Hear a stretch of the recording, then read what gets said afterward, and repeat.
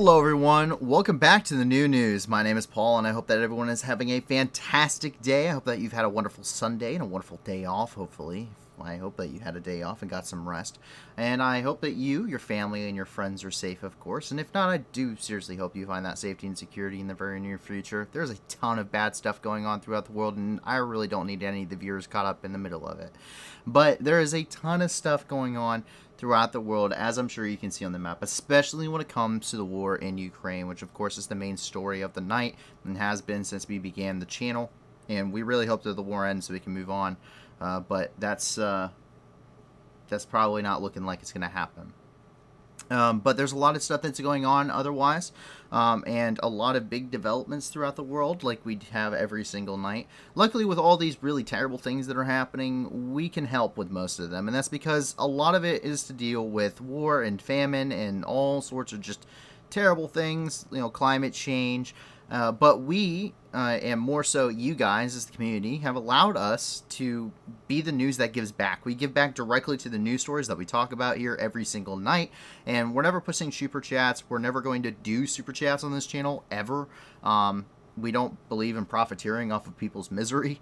And also, we're never doing any kind of merchandising. The reason for that is because 100% of everything we do is for charity. So if you check out the video description below, you're going to see a ton of different charities down there, see a ton of different organizations, and please go and check them out, not just the ones for Ukraine, but other places as well, Somalia, Ethiopia, Southeast Asia, and the likes, because we are constantly trying to add to that list. We're constantly trying to raise money for these organizations. Once we get large enough as a channel, we'll actually have fundraisers on every single stream that we do every single night. So please, if you can't give a lot to these organizations, give a little, and if you can't give anything at all, please help us continue to grow this community so we can reach some of these goals.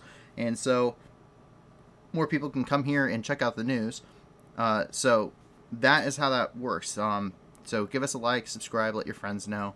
And the more people that come here and enjoy the news, the more people that join our community here, the more of an impact we will have as a community on the different events going on throughout the world. I want to be able to raise thousands of dollars, hundreds of thousands of dollars, or more, millions if I could, if we could, for organizations throughout the world. So please help us with that endeavor. Thank you for the support you've already given us, and thank you for the support even more so that you get into these organizations, and hopefully we can continue to have a long and prosperous future raising money for them.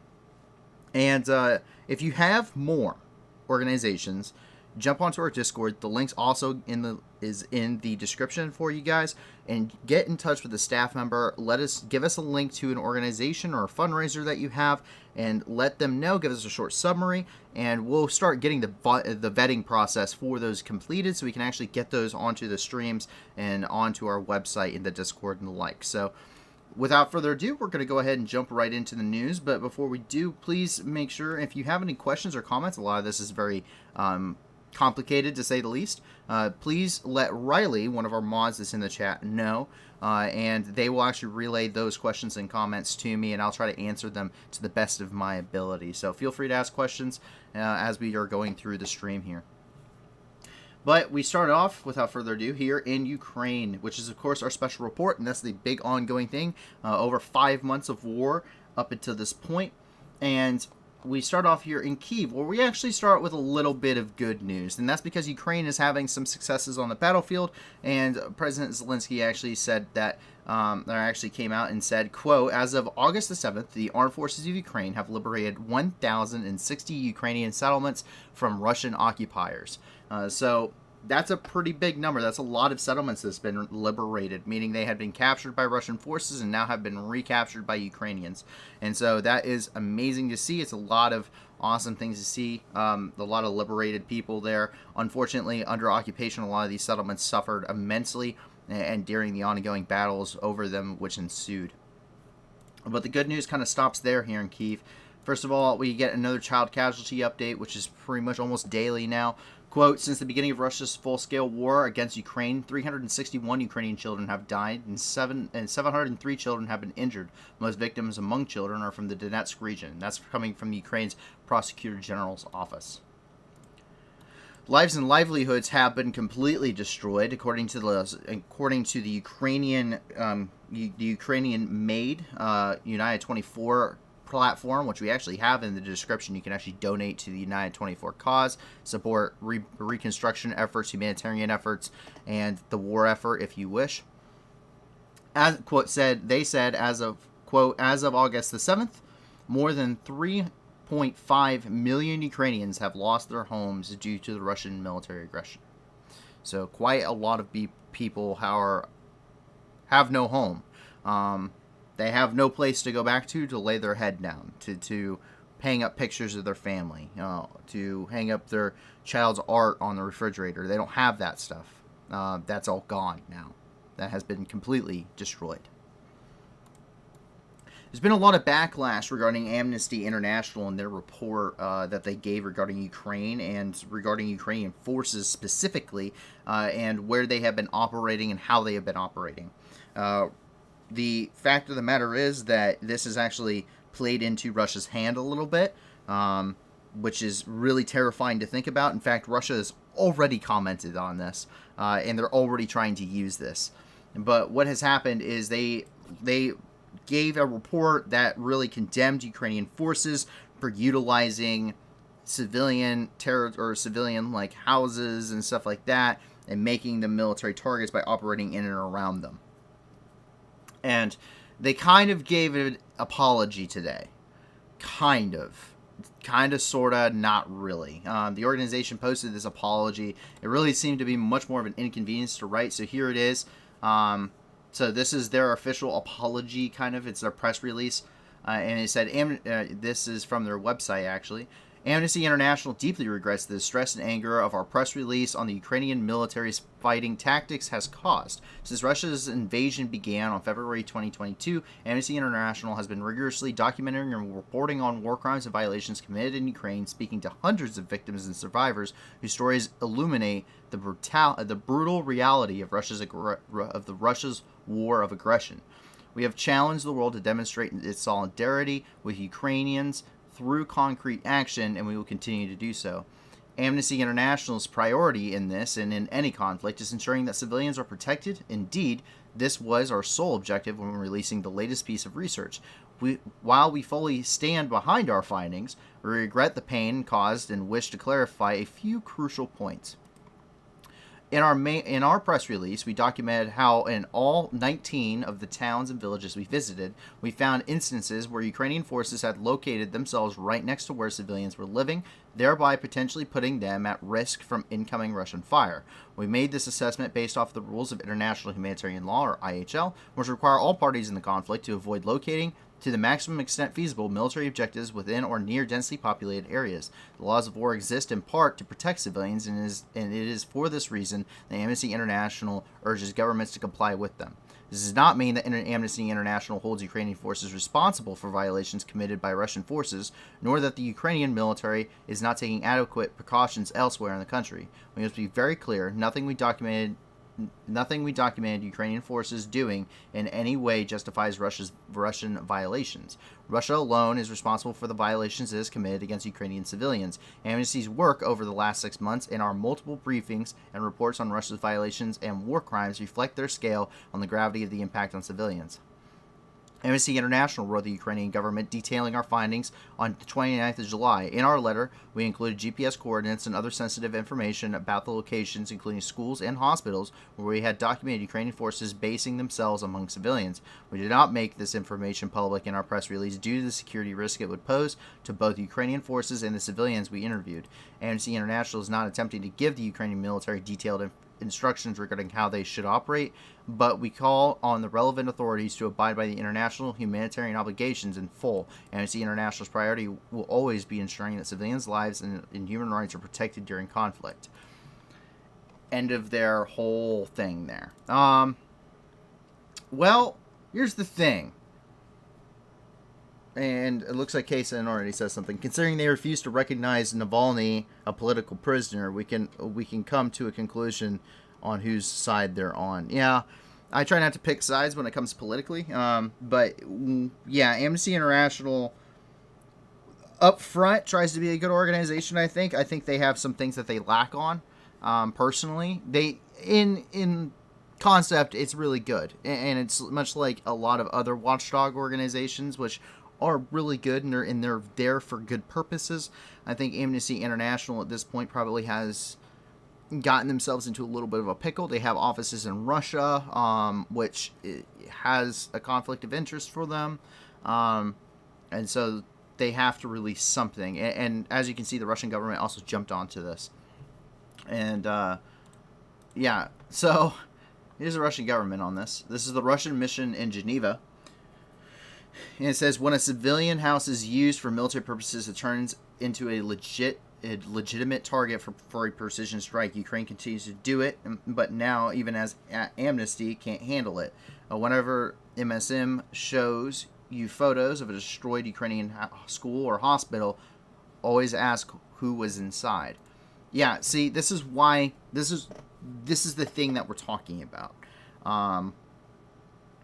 Now, once again, we've talked about the immense amount of things that, when it comes to humanitarian law, when it comes to the Geneva Conventions, the protocols that come with them, we've brought all of these documents here on screen. We've read them to you. We've gone through them detailed. It does become a legitimate military target. But the extensiveness is too extreme to be limited to just military targets. Once again, the scorched earth policy Russia has implemented is way beyond a precision strike. Grads, the BM-21 Grad system, which fires 40 122 millimeter Katyusha dumbfire rockets, is not a precision strike. Neither are any of these helicopters or Su-25s that are, doing a high-angle attack and launching all of the rockets that are saturating an area. There's not a precision strike. Lysychansk and Mariupol, Severodonetsk, none of these were precision strikes. And it also falls onto the aggressor to limit their military action in order to limit the amount of collateral damage and civilian losses of life. It falls on both parties and not just on one. I've said time and time again, Ukrainians have certainly committed war crimes. They have certainly violated the Geneva Convention and international humanitarian laws. I will stand by that. Always. In fact, I will stand by some of the things that even Amnesty International has said. But with that being said, that's 19 settlements that they looked at. Only 19 settlements. And President Zelensky has already stated that 1,060 have been liberated. That is a very, very, very small sample size. Once again, and this is probably reiterated in some other locations, it's not the 18th century anymore. People aren't lining up in big, nice battle lines, marching straight at each other with muskets, and killing each other in an open field on a nice summer breezy day. It's not that war anymore. It's the 21st century. Your military targets are cities.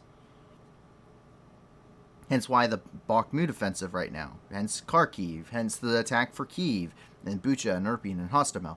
Hence why all of these were considered legitimate military targets in some way, shape, or form to an extent. It's just that the scorched earth policy really threw that out of proportion. CBS was also under fire for posting a segment shot 8 weeks into the war, claiming Ukrainian military was endangering civilians, referencing Amnesty's speculations with no supporting evidence. It has now since removed the segment from its website.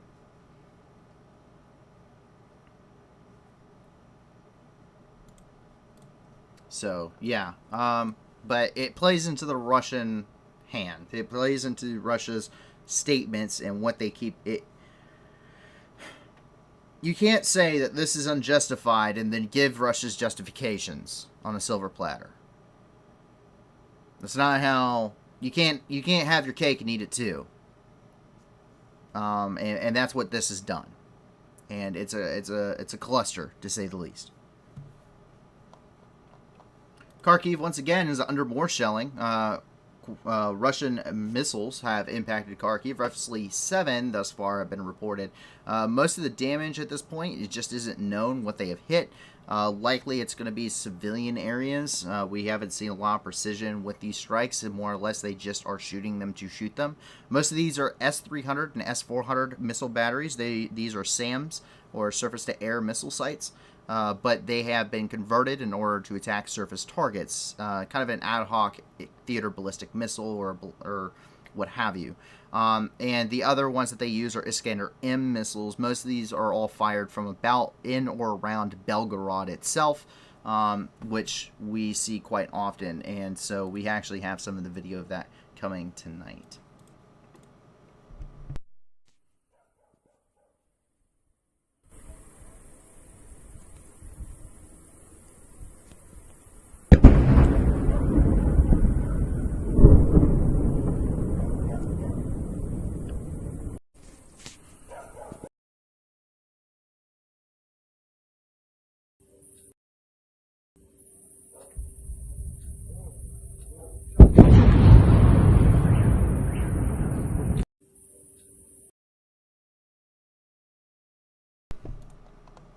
And that starts bringing us down here into the Donbass and start getting into the meat and potatoes of the war. As you can see, this is where the activity is right now.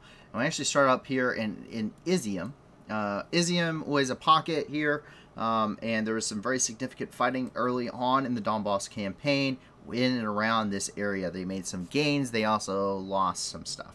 What we see now is that it's kind of fought itself into a stalemate, and each one's trying to outmaneuver the other. There's a lot of artillery usage and counter battery fire up in here. But we can see here in some of these massive wood lines, Russian troops have located themselves into some of these dense wood lines. And what have they found? Well, the fact that they need to be very careful where they're walking around, because there's a lot of cluster munitions within these areas. We don't know if this is because Ukrainian troops have fired cluster munitions at these locations, or if the Russian Federation, during their assaults on Izium, have dropped them in these areas prior, and now they're just kind of almost having to wade through their own minefields. Either way, just take a look.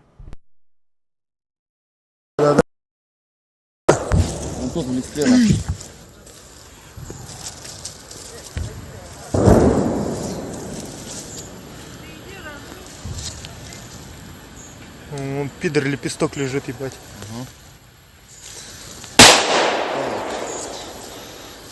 Хуй видишь, блядь.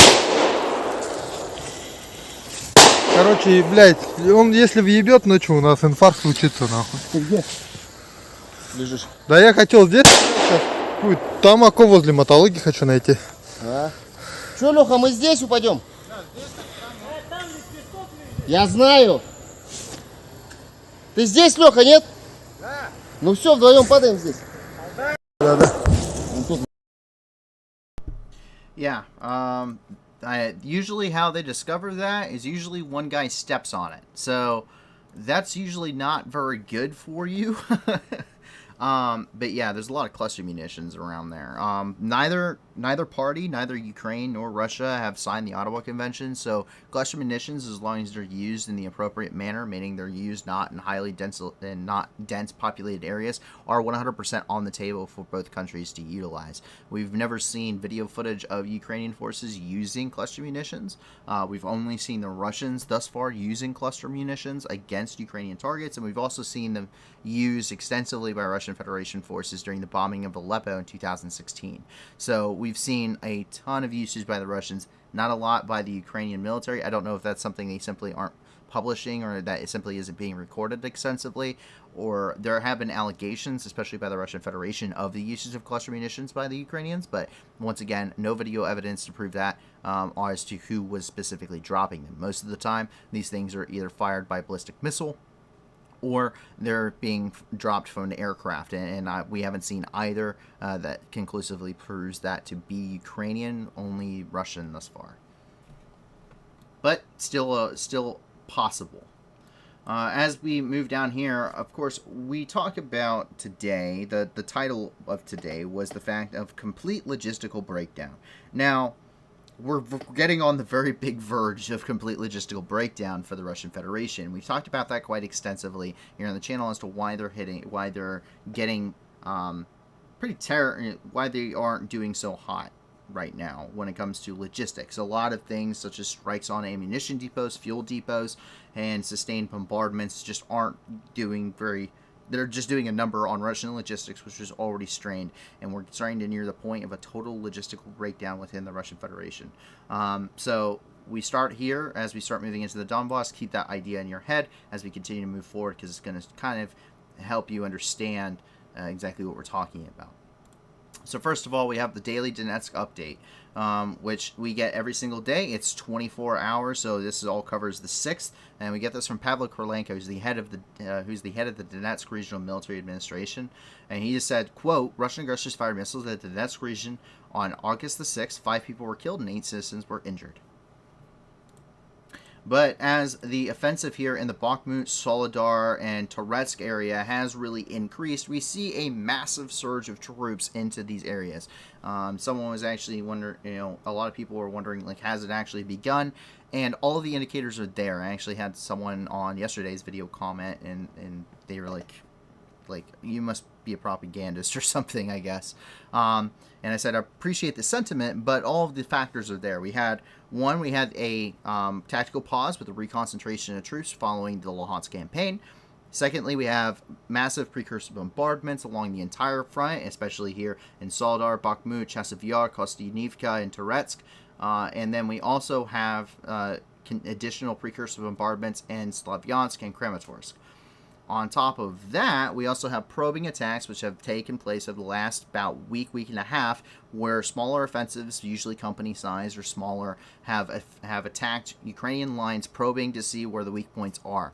Now we're starting to see a massive concentration of troops and another renewed offensive along the entire line, especially in Bakhmut and Soledar, where we're seeing a massive surge of troops into this pocket, and basically they're bringing their reserves in, whether that's artillery, whether that's troops, and they're shoving them into this offensive area, which suggests a much larger offensive, which means a main campaign to take these areas, which actually puts pressure on the Ukrainian forces, as well as a supporting effort up here in the Donetsk region in Siversk, which is right there on the Luhansk border. So we're seeing a major offensive. As no one has officially declared it yet, but that is what you're seeing, and that is what we can observe.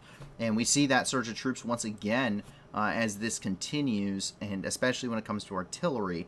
They're surging a lot of artillery to the front, a lot of MISTAs, a lot of 2S3s and 2S1 batteries. But we can go ahead and take a look at some of this here. So this is some of the artillery I was telling you about. You can see that they're pushing this to the front. It looks like 2S3 batteries. And it looks like they have some others as well. You can see just truck after truck after truck after truck after truck of equipment just heading straight to the front lines. This means that they're transporting it past its railhead and they're bringing it into action. So we should be expecting to see these actually fighting here very shortly. And as it continues here, we start seeing some of those logistical support vehicles. We see a tanker back there. Let's see, they're carrying fuel, more than likely, or water. We see additional troops ready to go here. We're seeing a lot of armor, seeing a lot of just mechanized forces. Russia actually doesn't have any light infantry forces. Their entire military force is mechanized or motorized. They don't maintain any light infantry. They are a heavily mechanized, motorized doctrine based on highly maneuverable warfare. They're trying to hit things as fast and as hard as they can and try and break through the lines with sheer force. Once again, we continue to see more and more equipment as these guys are headed to the front.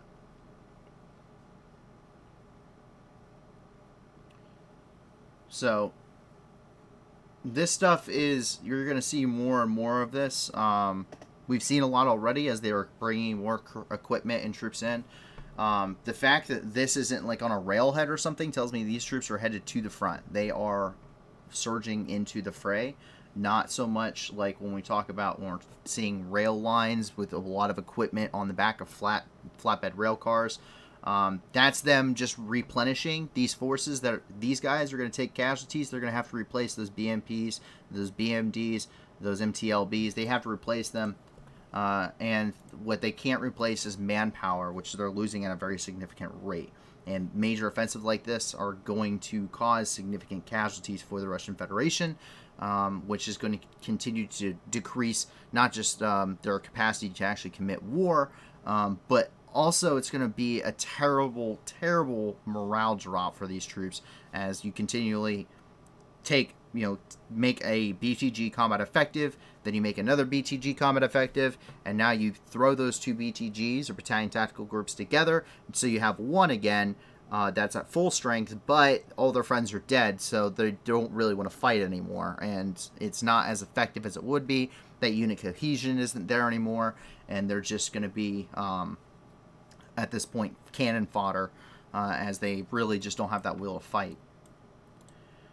Another ammunition depot has bit the dust. Quote, the armed forces of Ukraine destroyed a Russian ammunition depot in Donetsk region on August the 6th, and that's coming from the press service of the Ukrainian Navy of the Armed Forces of Ukraine.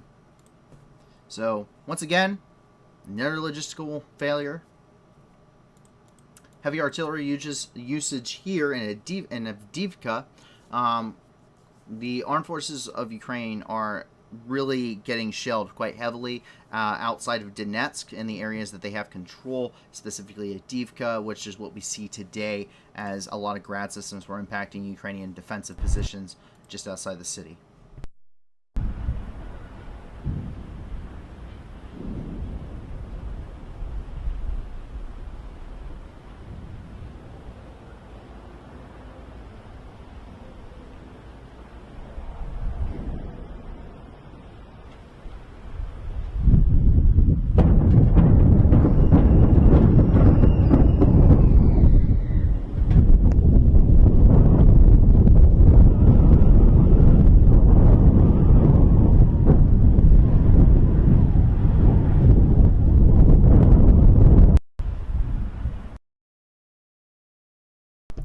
And so what you saw there, you hear the immense amount of shelling there. And what that is actually grads. Or more than likely grads, I should say. I can't say definitively, I'm not there. But more than likely that's a grad system. When you're talking about gun lines for towed artillery pieces, whether that's the M777 or the DPK-30, or whether or not you're talking about 2S3 batteries, your self-propelled guns.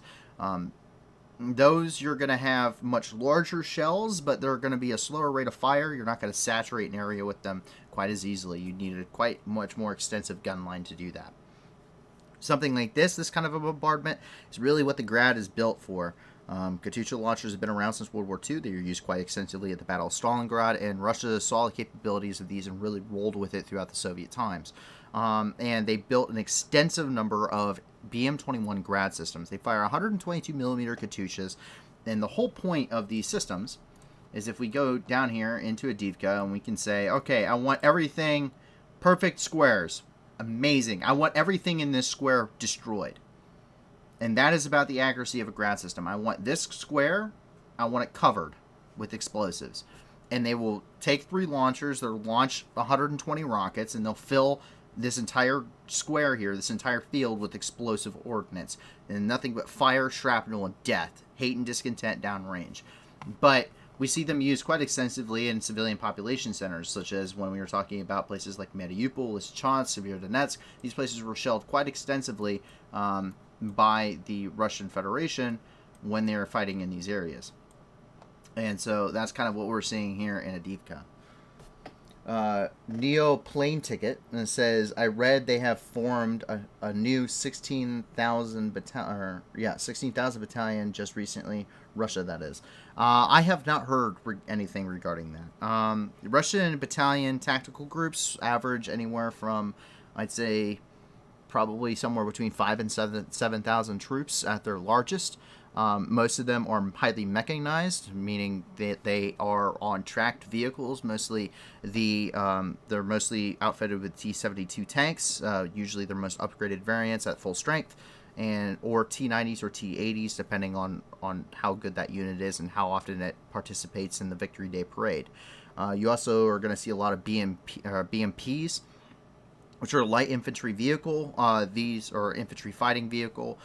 They're not considered an APC. They're considered an infantry fighting vehicle based off of the fact that they're gun caliber, but they're extremely thinly armored. They only have between about 12 to 25 centimeter or millimeter thick armor plating, which means anything larger than the 50 cal will really punch through. And I think even a 50 cal, if it has armor piercing incendiary, or if you're running, I'm trying to think here, Sabo rounds, which 50 cals have, that they will actually puncture through it. AT-4s, any light infantry rockets that can be carried will punch through them too. MTLBs are another quite often used APC, as well as any BTRs, but they are normally relatively large battalions. Their battalion tactical groups would be really a regimental level. If you're talking about what the United States equivalent to that would be, it'd be using a regiment, an infantry regiment with that would be heavily mechanized with a lot of support or attached units to it. So you'd have tanks attached to it. You'd probably have like a company of tanks attached. You'd have like a company or two to three companies worth of armor personnel carriers and infantry fighting vehicles attached to an infantry battalion. So that's really what we're talking about. We're talking about these large movements of troops. But most of the attacks you see throughout Ukraine are about company size. But I haven't heard that they have brought that many troops into combat, or that they have formed that many brigades. If they have, what we know is that they are running low on their stockpiles regarding equipment and troops. They have manpower issues. I have no doubt they're conscripting or recruiting in certain areas. We know that they are. However, these troops aren't going to be very well trained. Their best stuff went into combat at the beginning of the war. Their best stuff and their best troops have been killed or wounded or destroyed. So what they're really fighting on is really quantity over quality, where Ukraine's kind of feeling the opposite. Now, it is about a 1-to-1 parity on the front lines, so it's not perfect, but they have about equal strength in troops and equipment.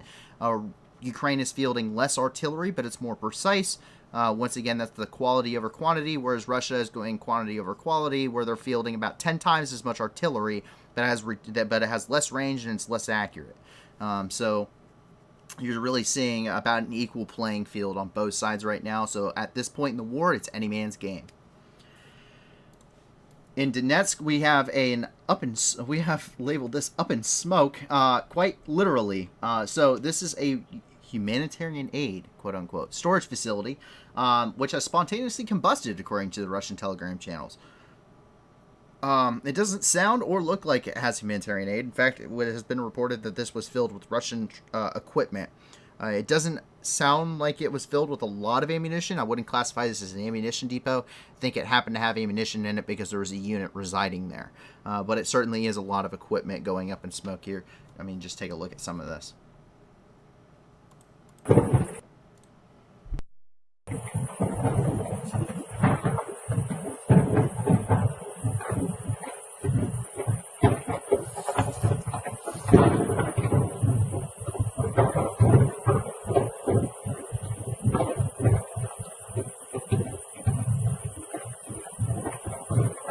Запашок на улице, конечно, пипец уже.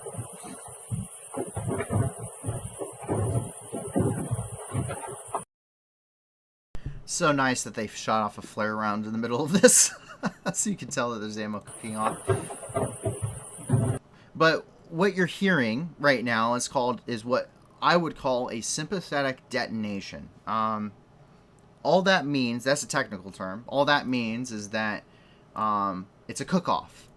It means that ammunition is getting so hot from this fire that it is setting off the powder or the propellant and the primer and detonating the ammunition much like it would if you were to fire it inside of a weapon system. Because it's not inside of a weapon system, it doesn't have a tube, or it doesn't have a chamber or a barrel that it's going down. It does not have the same velocity that it would, but a lot of this stuff is explosive. Katyusha rockets, mortar rounds, TNT, thermite, you name it, small arms ammunition. And so it's catching fire, and it's sitting here roasting in this fire until it just gets so hot it just explodes. And it sends... Oh, Demise FPS says must be all that salt material catching on fire again. Yeah, no kidding. So last time in Novakakovka, sorry, not the last time, but one of the last times, the most major explosion in Novakakovka, they said it was a bunch of saltpeter, which they then, after it was widely pointed out that saltpeter requires a reducing agent. Saltpeter is a fertilizer. It requires a reducing agent in order to be explosive. You normally don't keep the two next to each other for that very same reason. They later went back and revised it, said it was ammonium nitrate that they were keeping in there, but they just said it was a bunch of fertilizer. The cook-off definitely shows it wasn't fertilizer. We had the aftermath to that, which that's a lot of 152 millimeter cases of fertilizer they had laying around there in the aftermath. Once again, that's kind of the joke ongoing here, is it must be fertilizer cooking off and sending up flare rounds and everything else. But in truth, it isn't.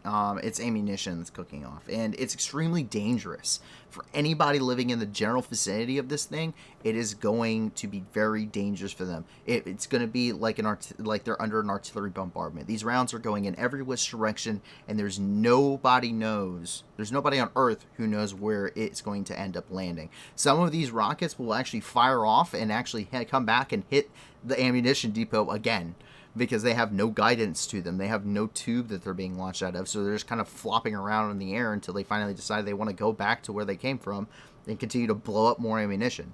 And it has to continue doing so until it just burns itself out. There is no stopping this fire and no hope of recovering any of this. And it's quite a roasty fire. It was a pretty major warehouse. We actually have the video of up close and personal where they're trying to actually put this stuff out after it has exploded enough that it's just kind of the fire now.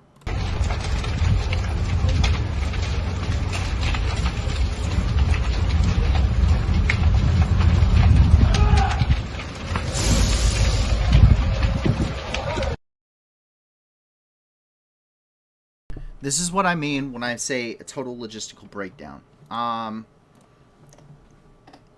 I've explained it, and I explained it yesterday, and I think I should explain it again today. It's important to understand how a logistical network works. It looks like we have another comment coming in here, or a question. Neil Plane Ticket says, "Ugh, I hope that the 10-to-1 ratio gap on artillery can be brought down a bit as we move forward. It makes it tough on the front lines." It does. It makes it very, very tough on the front lines.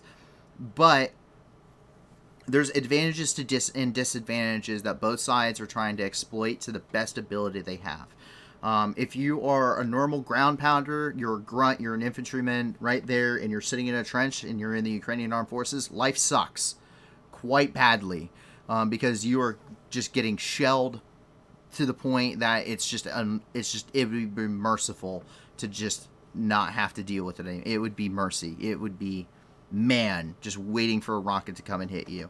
That is what life is as an infantryman right now. But artillerymen are in a little bit of a different situation. The thing is that the pros and cons are that Russia has a lot more artillery. They have a lot of unguided, mass volley fire artillery that they're using. The BM-21 systems most extensively. They don't really use field artillery. They use self-propelled guns quite more to an extent, but they're not heavily using mortars. They're not heavily using towed artillery. They're mostly sticking with longer range stuff. And they're really trying to go for volume, less so than accuracy. And they also have much more inadequate equipment. It doesn't have the range. You have to think just in general size terms. The DPK-30, you have on average anywhere from about 4 to 12 kilometers of standoff distance, meaning that Ukraine their artillery pieces, while fewer in quantity, they have less of these artillery systems. They vastly outrange. The Russians have to get within 4 to 12 kilometers within their firing range, which makes them even more effective the closer they get, than in order to just shoot back, depending on the artillery system being used. They have to get within 4 to 12 kilometers within the range of Ukrainian artillery guns. And once again, their artillery, while they have 10 times more of it, is less accurate, meaning that if the Ukrainian artillery fires at them and they want to counter battery, meaning that they decide that they're going to shoot back at the point of origin where the artillery that was hitting them came from, trying to hit and destroy the Ukrainian artillery, they're going to be less accurate doing so. The Ukrainian artillery also is much more capable of a shoot and scoot, meaning that they are easy to tow and hook up to. They can get there, set up, 10, 15 minutes maybe, fire, tear down, jump in the back of their trucks, and immediately off they go. So by the time the artillery comes in, that they're not even there anymore. That by the time they get counter batteried, which they have better counter battery radars to detect anyway. The Ukrainians have better counter battery artilleries to detect anyway. They're not going to be hit. They're not even going to be near where the impact sites are going to be. They're going to be somewhere else. They have a lot more maneuverability than Russian artillery has. They have a lot more of an ability to shoot and scoot. They have that makes them a harder target. They're a harder target. They have to find these things first. They have to shoot first. Usually that's what the winning factor in an engagement is who shoots first. And then they have to try and, counter battery. There's a lot of things that go into this. It takes a lot of time. It's not an instantaneous, we're getting shot at, shoot back, especially when you're talking about artillery. So Russia, they have the numerical superiority and they can put a lot more hate and discontent downrange, but if they don't hit what they're shooting at, then it doesn't matter a whole lot. That's just a giant waste of ammunition if you don't hit anything with that ammunition that actually means anything. So if they don't even hit these artillery pieces, they're not even hitting command posts or anything like the Ukrainians are, it doesn't really matter. And then the Ukrainians, they are definitely hitting command posts. They're hitting command and control centers. They're hitting major ammunition depots, fuel depots.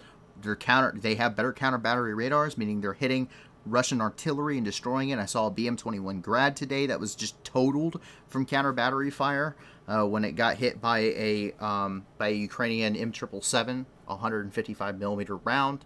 Once again, because it's well within its range. So it's pros and cons. It's not great for Ukraine. They would definitely like to have more, but what they have, if they've tried to do the Russian doctrine with their artillery like they were at the beginning of the war with this Western artillery, they would fail extensively. It wouldn't work out very well for them because it's not designed for that.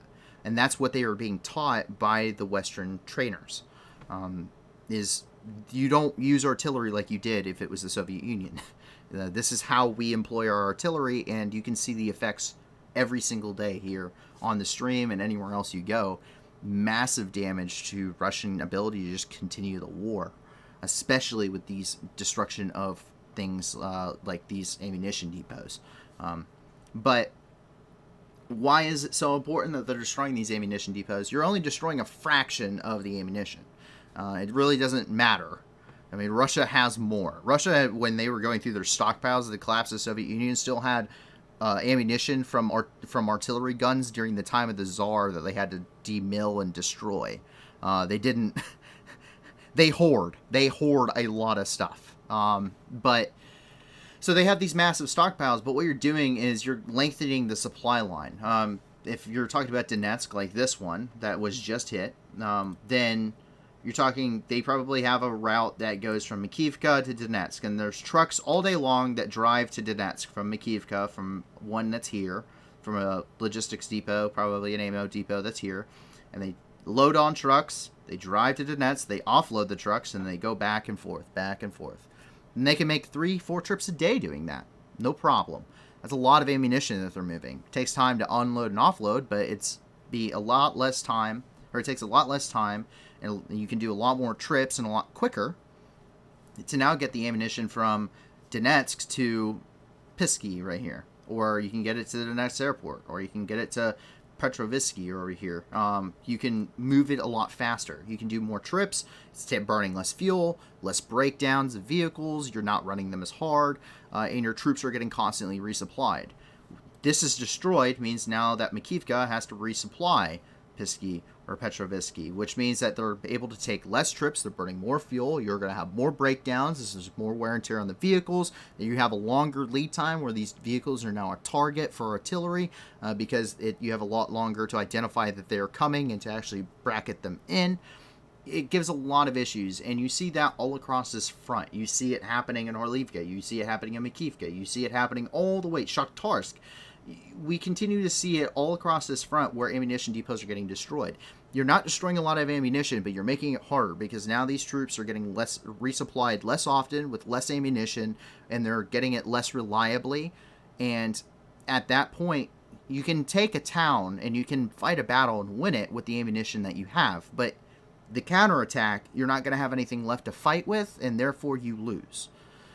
So logistics is everything to a war. And if the Russians are getting demolished logistically, you're not going to win a war. And that's really the prospect that we're looking at.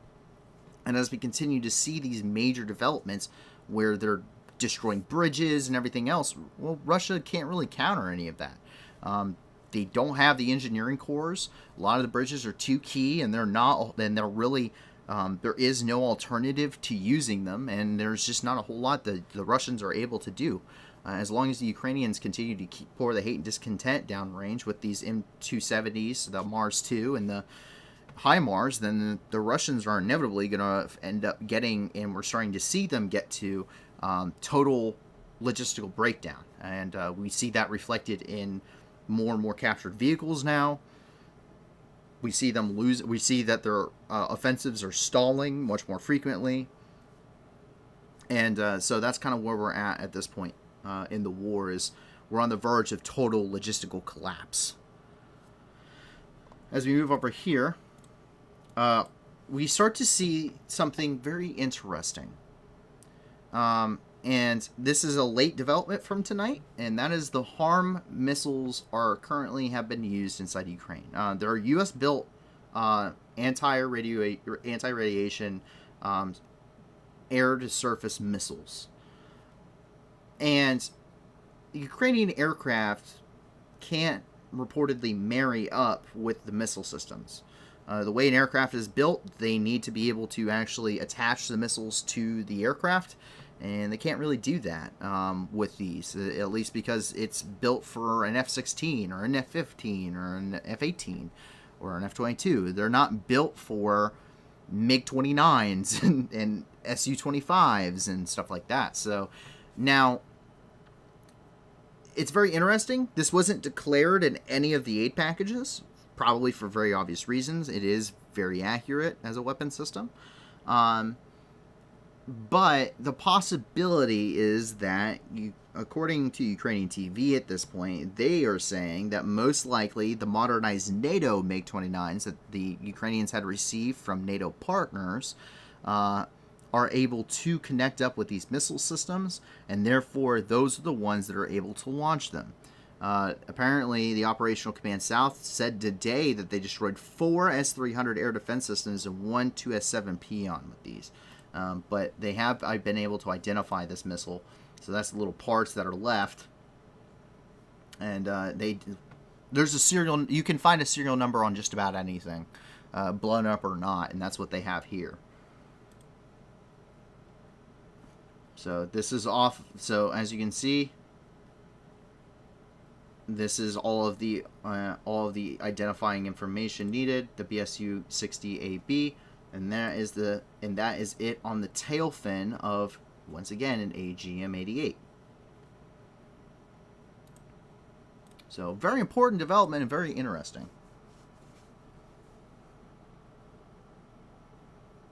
Aravis Shang says, despite the fact that Russia is having such bad logistics, they're still having a 10-to-1 advantage. A 10-to-1 advantage in number with guns. Not a 10-to-1 advantage in how often those guns are able to shoot.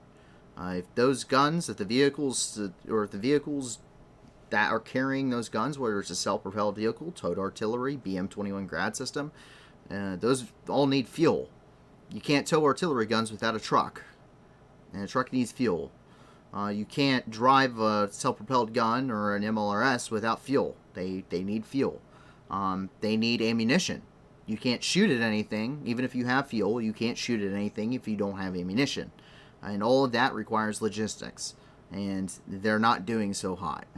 And that's most of what we see. You see every time one of these gets destroyed, a lot of rockets that go flying off in the air, and you see a lot of flares popping off. That's a type of artillery round, and if it's all destroyed and you're lengthening out supply lines, then now these guns can fire less and less. And you actually saw this on the firm's NASA map, where you're seeing the drastic impact that it's having on Russia's ability to fire in a sustained artillery barrage. Demise FPS says harm deployment on the battlefield is an interesting development. I thought it was a ground-based launcher that was used, since Ukrainians have been quite craftsmen regarding jerry-rigging stuff. Yeah, so actually there was a container. Hypothetically, there was a container that was developed by, I believe it was Lockheed Martin, who built the HARM missile. I can't be certain. I don't know enough about it to be certain, but reportedly the manufacturer actually developed a way to fire this out of a container, like a shipping container. But I don't know if that's even been put into a production cycle realistically. It's an air-to-ground missile, so it would require a lot more jerry-rigging than just like making a technical,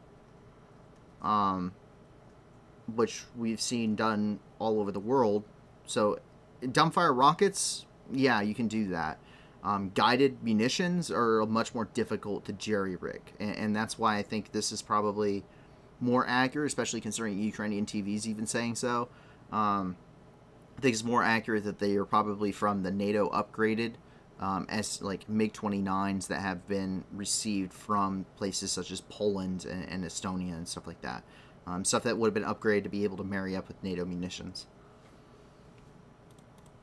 The harvests are currently underway. Grain harvests are well underway here in Ukraine as the 2022 harvest season has started. Ukraine has many problems to take care of, however. The fact of the matter is that their 2021 and their winter wheat crop, because you can grow wheat twice. You have a spring harvest and you have a fall harvest and you have a winter harvest. So the issue is that at this point they would have to ship out quite an extensive amount of it. The grain silos, all of their storage space, is already filled with the previous grain actual harvests because it hasn't been able to ship out of the country.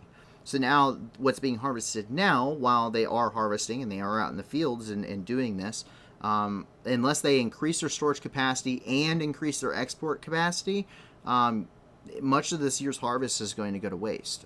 It's not going to be usable because it's not going to have anywhere to be stored properly, which means it's all going to end up, it's got to end up somewhere, and it's not going to get stored. So it's got to be basically feed for a lot of mice is really what we're looking at right now.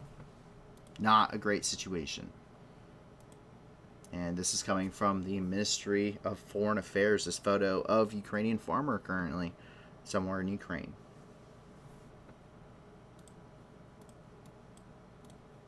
More missile batteries were destroyed once again, talking about the Operational Command South. To reiterate what we'd already talked about, quote, the armed forces of Ukraine destroyed 4 Russian S-300 anti-air missile systems, SAM, an anti-aircraft missile and gun complex, Pantsir S-1, and a 122mm howitzer, and an enemy field ammunition depot in the south of Ukraine on August 6th. And once again, that's coming from Operational Command South. A very prominent photo that has been shared around tonight on most of these channels, official and unofficial, is a comfy night's sleep. And it's nighttime in the trenches right now. And you got to find a place to sleep. You got to get some sleep at some point, no matter how kinetic or serious the operations are. Fact of the matter is, this war is fought much more like the 20th century than it is the 21st. And Ukraine nor Russia really have a lot of capacity to conduct nighttime military operations. Most of their guys don't have things like thermal imaging. They don't have night vision on either side. It's not widely used. It is there to some extent, but it's not fielded to everybody. And that's really the only way to conduct nighttime operations. So, according to James Vasquez, who is an American Foreign Legion fighter that was in the country quite extensively and is getting ready to go back now, according to his interviews, they very rarely any night or did any night ops. Neither side has enough equipment to conduct them, hence why most of the combat happens during the day hours. And that's pretty common amongst nations that simply don't have the fielding capacity for a lot of night vision outside of special operations units and aviation units. But there's these guys here in the trenches, usually your Ukrainian troops in the trenches trying to catch a good night's sleep if they can, and at least as best as they can. So, quite an impactful photo. I've been in that position many a times. Riley says that the AGM-88 HARM was originally developed by Texas Instruments. Production was later taken over by Raytheon Corporation when it purchased the defense production business of Texas Instruments. Yeah, that's kind of cool. I didn't know that. So, Raytheon is a huge supplier of munitions for the U.S. military. The BGM-71 TOW is Raytheon Corporation. The FGM-148 Javelin is a Raytheon Corporation tech. Apparently, the AGM-88 is also a Raytheon Corporation. I believe the Stinger missiles or Stinger missiles are also Raytheon. So huge. My entire job involved having Raytheon techs on hand, because anti-tank missiles in the United States are built by Raytheon. Here in Melitopol, it seems that Ukraine has struck Melitopol. According to them, the Refma factory, 16 explosions so far have been reported. That factory is near the airport. Melitopol, the Russians are currently demanding that the population pay for electricity to the accounts of a fake enterprise, according to Mayor Ivan Fedorov. The scale of fraud, quote, the scale of fraud is more than 50 million hryvnias, or about $1.3 million per month. But we can check out some of these strikes that are currently ongoing.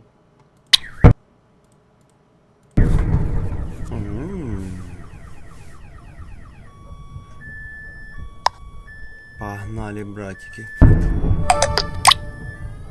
Есть.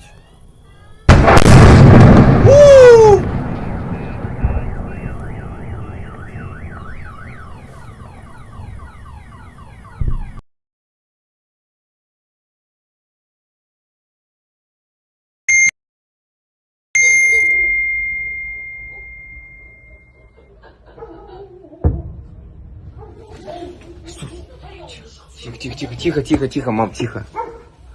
Тихо, мам. Качай.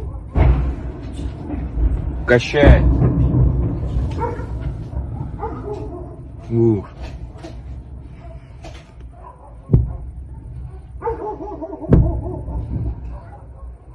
Бур, еще.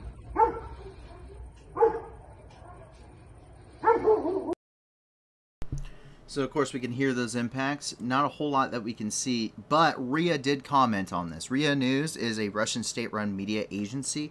They did comment on this, and they actually said that, as we can see here, Ukrainian troops tried to strike at Melitopol. Russian air defense shot down 2 missiles.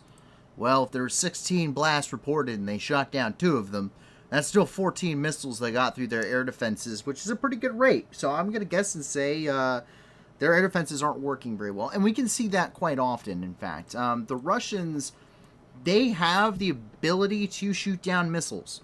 They do have that ability. Most of their air defense systems are made for that. That's what the S-300 and the S-400 is built for.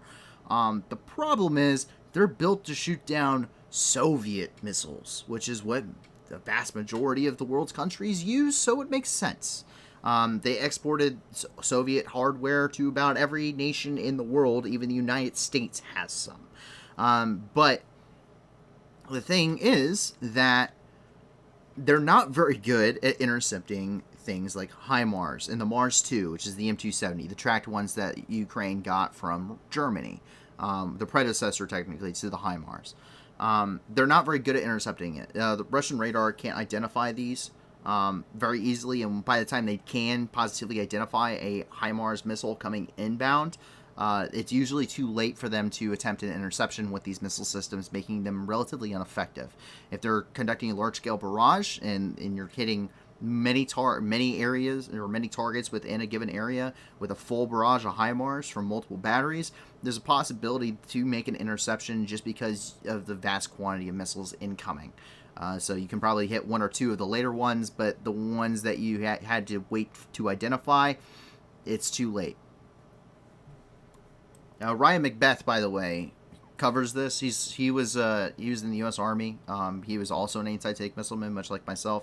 He does a lot of shorts. He's very popular on here. I watch his stuff too. But he's very intelligent behind this. He does a lot of good research on it. He doesn't really report the news. He just follows Ukraine. But he actually did an entire thing on radar, or Russian radar, and trying to identify HIMARS. So I would go and check it out if you want to follow up on that. Here in Novokakhovka, there was a Ukrainian strike here in Novokakhovka. This is something else that came out much later, right before we did the stream, or right before we were getting ready to do the stream. Appears that Novokakhovka has been struck. There's a lot of audio to this, not a lot less visual to this, from someone in Novokakhovka. But reportedly, audible explosions and air sirens are heard throughout the city. The reason why Novokakhovka is so important is because it's the only crossing point left. Novokakhovka is home to a dam that spans the Dnipro River, and along this dam is a large roadway that the Russians can use to push troops through Novokakhovka and into the northern Kherson Oblast, which means that they can therefore reinforce the entirety of the Kherson, with one exception, and that is here across the Inhulets River at Derivka, where Ukrainian forces have destroyed the bridge at Derivka. They've also destroyed the Antonovsky Bridge, which we'll get to here in a moment. They destroyed it already previously to this. The reason why it's a risky move to strike this roadway is because of the dam. If you destroy the dam, you flood out everything, including Kherson itself, downriver.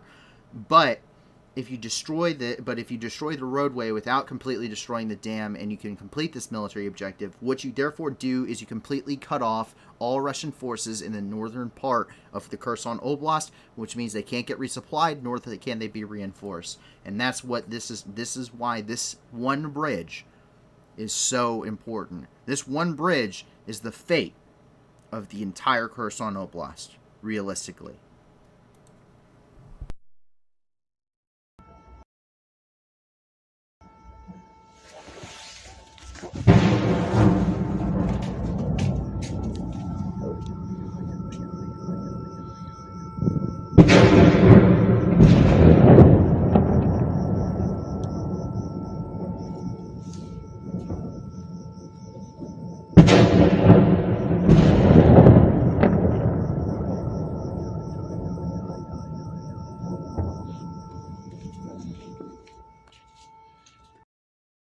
So obviously we can hear audible impacts there and air raid sirens, but other than that, we're probably going to have to wait until probably Tuesday until we actually see kind of what's happened there. And that brings us over here into the Antonovsky Bridge, which at this point they just double tapped it for good measure. Despite the Russian attempts to prevent a strike on the bridge, it was once again hit tonight.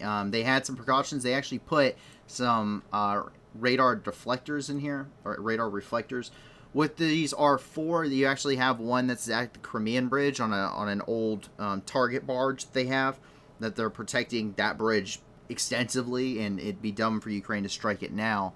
But they have also put them here at the Antonovsky Bridge. What they're supposed to do is they disorient radar-guided missiles radar-guided precision strike missiles, and so that way they wouldn't actually impact the bridge itself, but would impact areas around it and prevent the destruction of the bridge entirely. So these are the preventative measures, and they work against, once again, radar-guided munitions. The issue is most of the stuff that Ukraine's using isn't radar-guided. And so we do know that the bridge was once again hit tonight, as you can see right there. A glorious photo of an impact on the bridge. Very clear impact on the bridge. It would appear that... Oh, it looks like this tweet was unfortunately deleted. So that's unfortunate. That does happen from time to time, folks, and we can't prevent that. But cutting off this bridge entirely means that the Ukrainian forces now really don't have to worry about Kherson and resupply. The problem with Kherson is that you have to use the bridges. There is no way around it. You have to use the bridges. The only other way that troops are getting across right here is with a ferry, and that's extremely inefficient for the Russian Federation. You saw the Ukrainians try to ferry troops and supplies and wounded across the river. It's specifically the Seversky Donetsk River between Lysychansk and Severodonetsk. It wasn't long after that point that the fall of Severodonetsk and therefore Lysychansk and the Luhansk Oblast occurred. As soon as they reached that point, it's a point of desperation, and it didn't work out in Ukraine's favor. Russia's trying to do the exact same thing here because now the Antonovsky Bridge is destroyed and the Dorivka Bridge has been destroyed. The Inhulets and the Kherson and the Dnipro River are completely cut off this section of the Kherson Oblast, and there's already a pocket. Erevis Shang asked, does this mean that Russia would not have resupply? That's precisely what all of this means. Or at least not in enough numbers to make a difference. If Ukrainian forces mount a counterattack and they've cut off all Russian forces north of the Dnipro River, there isn't a way to bring in enough equipment, troops, and supplies to maintain the garrisons north of the Dnipro River. South of the Dnipro River, it's open, flat terrain, which is terrible, and no side would have an advantage. But Russia at least has Crimea that they can flow and surge troops into from. And that is what's keeping south of the Dnipro really firmly in Russian hands. North of the Dnipro River is too fast moving to pontoon bridge across, meaning that engineers have to either restore the bridges or you have to use a ferry. Ferry's not efficient enough, and the bridges are no longer, or especially the Antonovsky Bridge or the Dorivka Bridge, are no longer structurally viable, and it cannot be at all fixed. They have to be they basically have to be rebuilt entirely, or at least their sections have to be completely rebuilt. And Russia, in the middle of a war zone, simply doesn't have the capacity nor the engineering companies to do that at this point. They're trying to cross the bridges at other locations, trying to gain a tactical advantage and elsewhere. Specifically trying to find ways to bridge across areas in the Luhansk Oblast in order to continue to surge troops into the region. But they double tapped it for good measure is what this basically comes down to. Any repair or attempts to repair, it's done. So that's what we're seeing here. Kherson is currently trying to expedite the process, at least the occupational government is, which is a joint civilian and military occupational government. Referendum preparations have begun. More and more institutions are being opened on the territory of the Kherson region, in which everyone is promised 10,000 rubles, or about $165, for participation in a pseudo-referendum. The head of the and that's according to the head of the Kherson Regional Police Department, Yaroslav Yunishevich. Once again, I'm sorry for my pronunciation. I'm from America, and I barely speak English, so. The shelling of the shelling of Mykolaiv in the region continues. Quote, in the last 24 hours, Russian occupiers shelled the Mykolaiv region. 8 citizens were injured, including 1 child. All injured victims were taken to the local medical facilities and received the necessary care. And that's coming from Hanna Zamazzieva, who is the head of the Mykolaiv Regional Council. And then Odessa.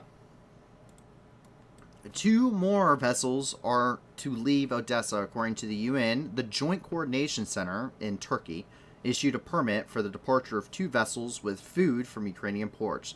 The ship, the MV Sakura, will leave the port of Pivdeni, which will deliver 11,000 tons of soybeans to Italy. And the ship, the MV Arizona, will head from Chernomorsk to Turkey with 48,459 tons of corn. And that is actually it for everything inside of Ukraine. But there's plenty of stuff outside Ukraine, especially regarding the war, so don't go away just yet. We have plenty more to cover. And of course, where do we start off but elsewhere than in Russia and here in Belgorod, where another vehicle has had an accident. Russian occupational forces apparently don't know how to drive very well. Another Russian vehicle, this time it's a KAMAZ logistical truck, was involved in an accident in Belgorod where it was overturned and ended up landing onto its side, which we actually have some of the footage here today for you. Yeah, it landed on top of this dude's SUV. I'm sure he's really happy about that and probably isn't going to get an insurance payout anytime soon, considering the ruble's worthless. But that's not exactly what I would consider safe driving techniques. So remember, stay sober or get pulled over, much like the MTLB guy that we saw go through a house a couple days ago. So jump up here into Moscow. Yet another major fire has been reported. Moscow's largest oil refinery is on fire tonight. This refinery provides 40% of all gasoline and 50% of diesel in Moscow, as well as jet fuel, bitumen, polymers, and sulfur. So pretty major impact with this being on fire tonight.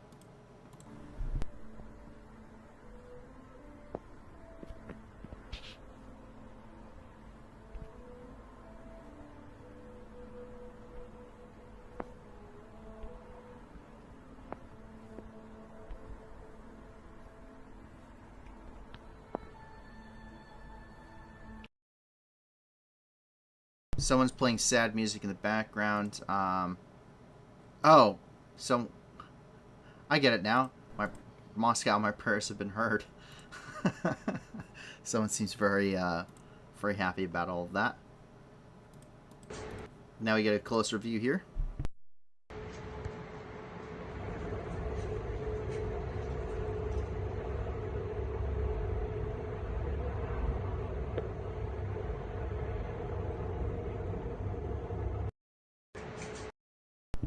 Yeah, that's spicy. That's really spicy. But rage much. A member of the Russian Duma, which is the Russian parliament, actually went on primetime Russian TV, which I don't know how I can call that primetime. But Russian TV is all state-controlled media, okay? So all of this is state-run, state-controlled. All independent media was flushed out of Russia at the beginning of the war. They didn't want to have any kind of adverse dialogue regarding the war or its government or anything else. It really is consolidating power even more in what is now essentially an authoritarian regime. And this Russian Duma member went onto the air and said, and telling Germany, while addressing German journalists, quote, "Bitch, we will come and kill you all."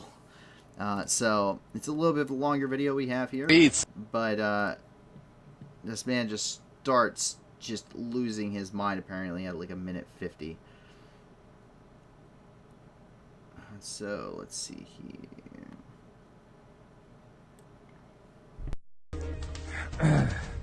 Я хочу этому нацику, а мне наплевать, сказать: сука, мы все придем и всех вас убьем. Пускай думают. Алексей Александрович, Да? это журналисты, А мне наплевать. пропагандисты, А мне враги, наплевать. но так не надо. А мне наплевать. Не надо Я никого туда убивать. поеду, если я его там увижу. Так... Не надо никого убивать. Вы угрожаете людям прямо сейчас в да, нашей именно программе. Так, и что? И что?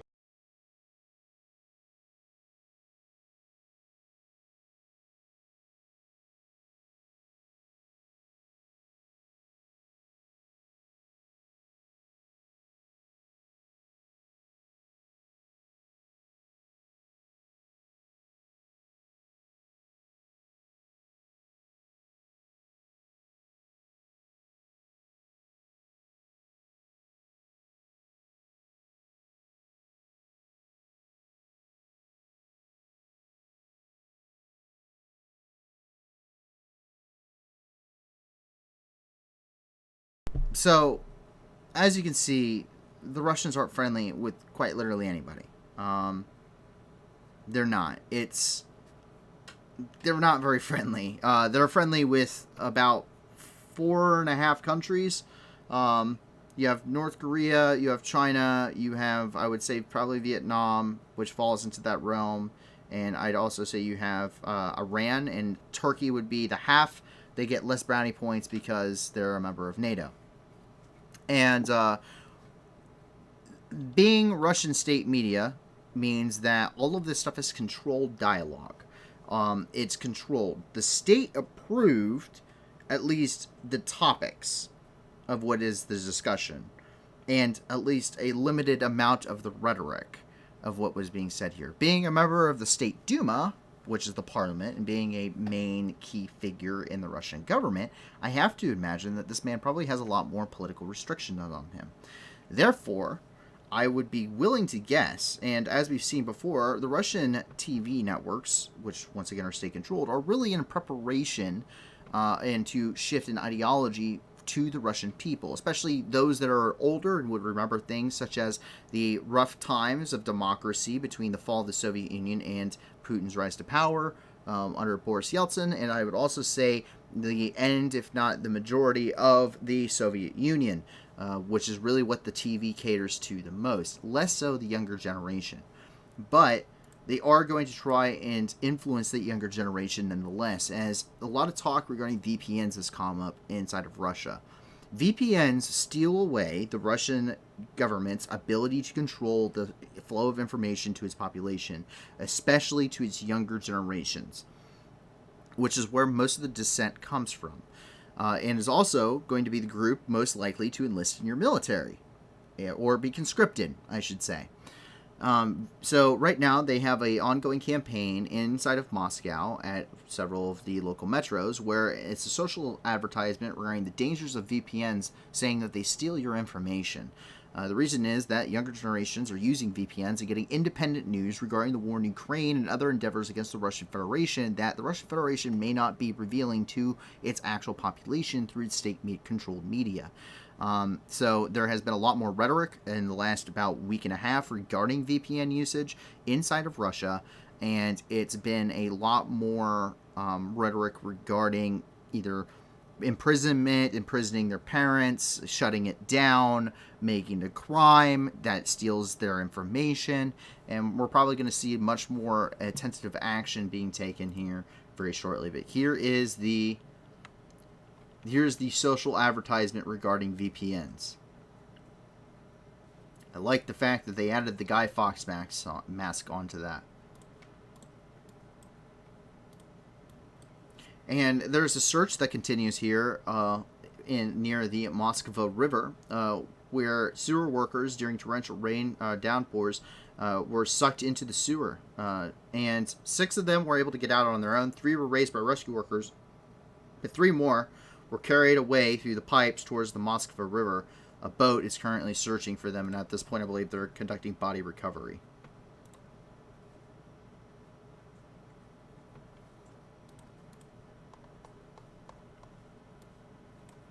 As you go over here into a poorer part of Russia, aka Siberia.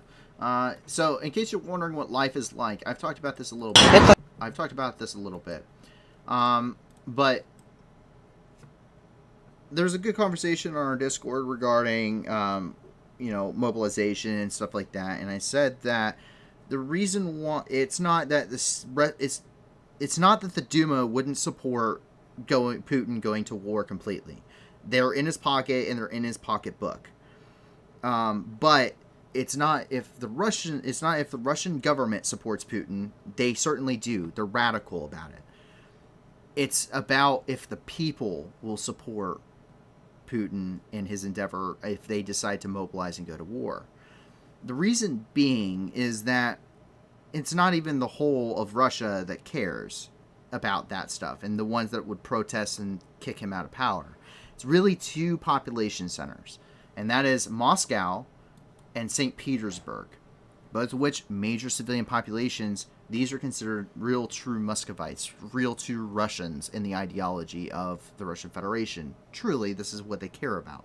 This is the populations they care about. In poor regions, Dagestan, Chechnya, you're talking about places in Siberia, the Kuril Islands. These are usually ethnically different from the rest of Russia, but they're also usually much more poorer than other parts of Russia, specifically Moscow and St. Petersburg. And that's really what I'm talking about here. These people, the Russian government isn't taking care of them. There's not a lot for them. There's not a lot of opportunity for them. And so they are the most heavily conscripted and they're the most heavily recruited in the Russian military for the war efforts. This is why you see a lot of volunteer battalions out of places like Chechnya, which really doesn't have much other opportunity. Dagestan, which we've even seen protests about this. And Siberia, which is what we're looking at here, where it's poor. There are no other opportunities. The military at least gives you a pension and it gives you a regular paycheck that you can send home. And just emphasizes our point. This is a postal service location here in one of the poorer parts of Russia. Видишь, это наша почта. Вот я вам хочу показать. Почта России. Это вот, смотрите. Вот это все, смотрите.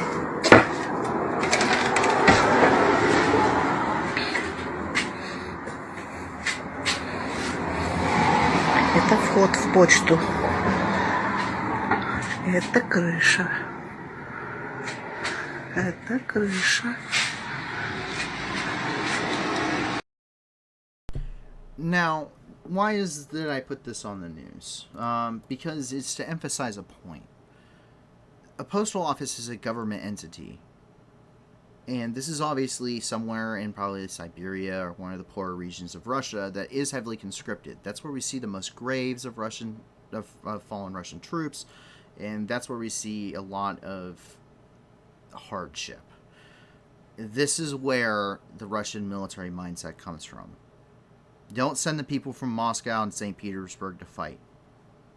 Those are the ones that are educated, those are the ones that are wealthy, and those are the ones that actually participate in the government. Send the people that don't have anything left. Send your poor, send your dumb.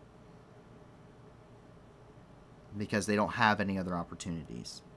And that is who you're going to see die in Ukraine, because they didn't have any other opportunities in Russia. That is the military ideology behind the Russian Federation. It's why they don't need to declare a war. Unless they wanted to mobilize their economy. And they can really ultimately do that through a bunch of decrees, like they already have done so up until this point. It's an authoritarian government. It's not a democracy. Russia has suffered under authoritarian, highly corrupted, political entities for hundreds of years. You had, then before Putin, you had the Soviet Union. Before the Soviet Union, you had the Tsar and Tsaristas.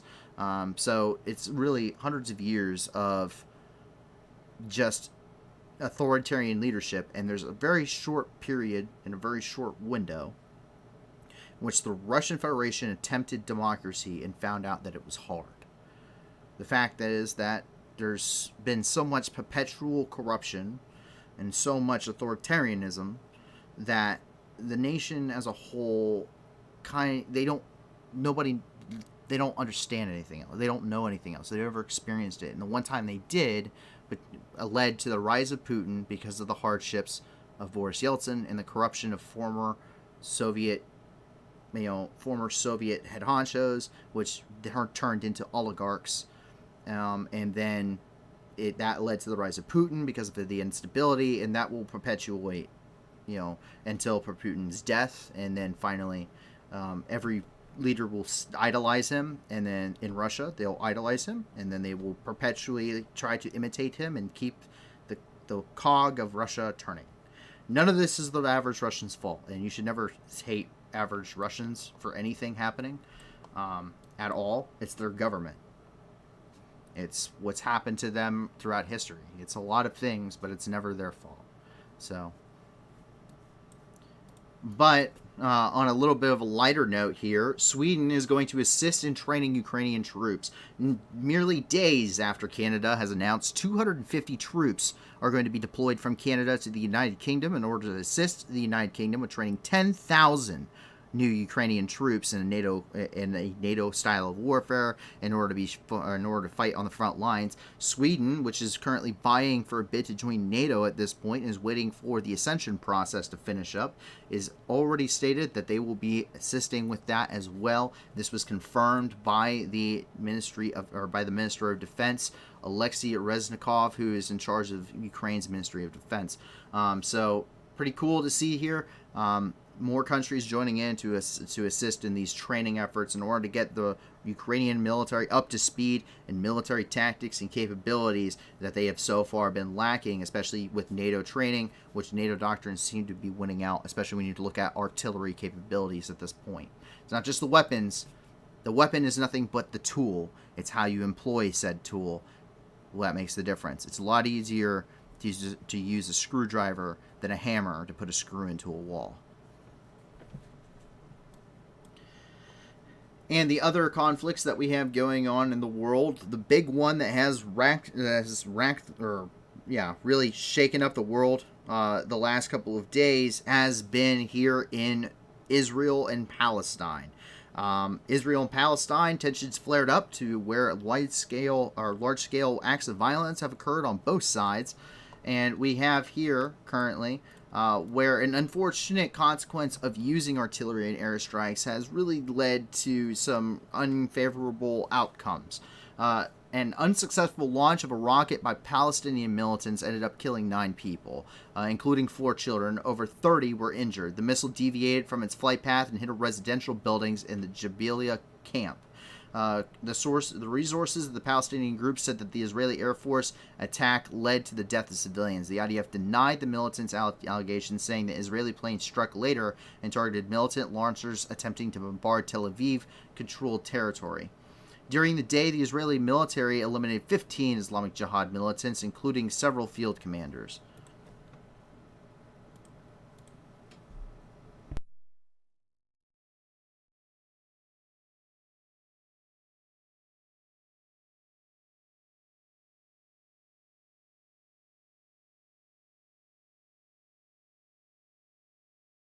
You can see where that missile is coming back down. It seems that it had a malfunction with its flight motor. Possibly the propellant may have been bad in it. The IDF, or the Israeli Defense Forces, did publish a summary of the operation thus far. 139 Islamic jihadist targets have been attacked so far, with about 585 launches towards Israel, of which 115 were in the Gaza Strip itself, and about 185 were intercepted. 97% success rate for the Iron Dome interception. Many people don't understand how the Iron Dome defense system actually works. So what it is, so this is their actual announcement here for you guys. The Iron Dome defense system is a bunch of individual air systems. It's a bunch of air defense systems that are all coordinated together. They're all linked. And how it works is there's a lot of artillery radars that are at each of these systems, and it's calibrated to where if a certain projectile of a certain size and velocity is fired into the air, it predicts the path, and then automatically initiates a interception course for it, and then fires those rockets from their launchers at each of these stations in order to intercept the incoming missiles or projectiles. So that way they're not shooting down birds, but they're intercepting actual ordnance. It's a lot of launchers that literally creates an iron dome of lead and shrapnel and explosive power around you, basically making an impenetrable defense system. It quite literally, as said, an iron dome. So that's the whole point of the system. It's I would say, if not one of the best, then the best air defense systems in the world. The United States and other countries have attempted to formulate something similar. The issue is the territory spread. Israel, for all intents and purposes, is a rather small country, and they hold a very limited amount of territory, and that makes it a lot easier to develop a system to intercept. It has a lot less area it has to cover than places such as U.S. installations in Iraq or U.S. U.S. sovereign territory or anything like that. It's a lot easier to make a system and place it in Israel that can cover all of Israel because there's not a whole lot you have to cover in general. But a truce thus far has been initiated between Israel and Palestinian militants. The group Islamic Jihad has taken effect in Gaza Strip after 3 days of cross-border fighting triggered by Israeli airstrikes. Officials from Egypt, which mediate the deal, said that a truce would start at 11:30 p.m. local time tonight. As a result of these conflicts, the Palestinians suffered the most. The Gaza Ministry of Health reported 41 dead, including 15 children, 4 women. 311 are injured. But there has been a ceasefire announced. There are conflicting reports about whether or not that ceasefire has already been broken. We just don't have enough clarification to tell you at this point. As we roll into Iraq, up here in Kirkuk, the Ministry of Health employees are on protest. These are contract employees with the government's Ministry of Health who have came out in protest saying that they haven't been paid their salaries in 8 months. It took you 8 months? But yeah, so they're protesting, needless to say, and I would be too. I'd be far beyond protesting after 8 months, but that's neither here nor there. Here in the Karbala province, residents are currently fighting over food. Shia pilgrims are battling over free porridge in the city of Karbala.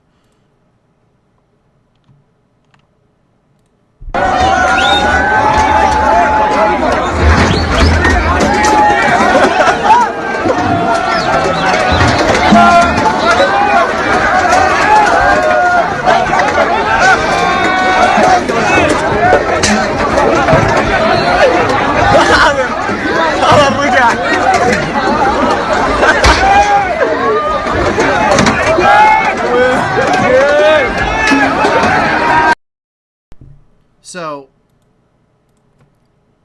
the thing is that, one, there's a lot of, pilgrimages and stuff happening right now. There's a lot of Muslim holidays happening for all different sects of the Arab world and the Muslim world, I should say. Probably better to say Muslim world.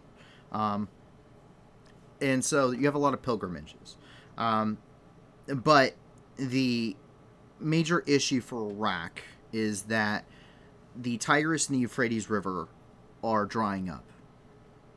Iraq has been seriously impacted by global climate change. And this year, the effects are even more prevalent than ever before. Lots of major sandstorms have hit Iraq. A lot of, like I said, the Euphrates River and the Tigris River are essentially dry. Entire lakes are drying up. 30%, as much as 30% of some of these regions have lost their food crops and agricultural lands. So food, water, and the ability, power. There's a lot of issues in Iraq right now that's causing people to go into real desperation inside of the country. We've seen it over and over and over again. A lot of protests. In fact, just yesterday, in Basra, it has dried up so much on these rivers that the flow is no longer into the Persian Gulf. Now the Persian Gulf is flowing into Iraq. In fact, in Basra, there isn't enough water coming downstream in order to flow into the Persian Gulf, that the water of the Persian Gulf has flowed back into Basra and has made the water so contaminated with seawater, which is salt water, you can't drink it, that there isn't any drinking water in the city. It's been contaminated with seawater. That is how bad it is. And the Tigris and the Euphrates rivers are two of the largest rivers in the world. So, this is where civilization, this right here is Mesopotamia. This is where civilization began. and now it can't sustain itself. Here in Dakar governorate of Iraq, a power plant has been stormed by the residents of the Akika district. They stormed the local power plant after several days of continuous blackouts. It's another major issue that Iraq is currently going through right now. Is major blackouts have occurred across the country as just basic infrastructure to sustain life has essentially crumbled. A lot of blackouts, a lot of food shortages, water shortages, electrical shortages, gas to an extent is kind of short in some areas depending on where you're at. Government corruption, infighting between different groups, a lot of which being Iranian-backed, Saudi's backing, Saudi's government backing, and all of that stuff. So a lot of instability in Iraq in a lot of different aspects right now. A lot of this is just being compounded by disaster after disaster. As we jump over into China, this is in the Fujian province of China, and this is the Wannan Bridge. It's 900 years old. It's a wood arch bridge, and it was built during the Song Dynasty, which is about 960 to 1127 is when they existed, in the Pingnan County of the Fujian province. It caught on fire, leading to the collapse of the longest wood arch bridge in China. No casualties were reported, but the cause of the fire is currently under investigation.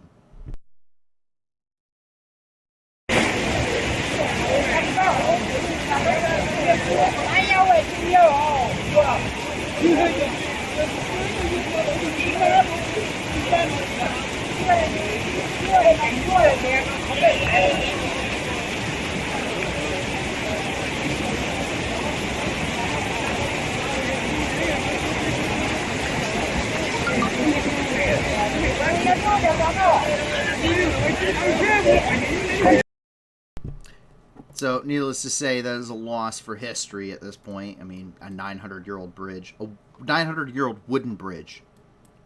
I mean, that's a catastrophe for history.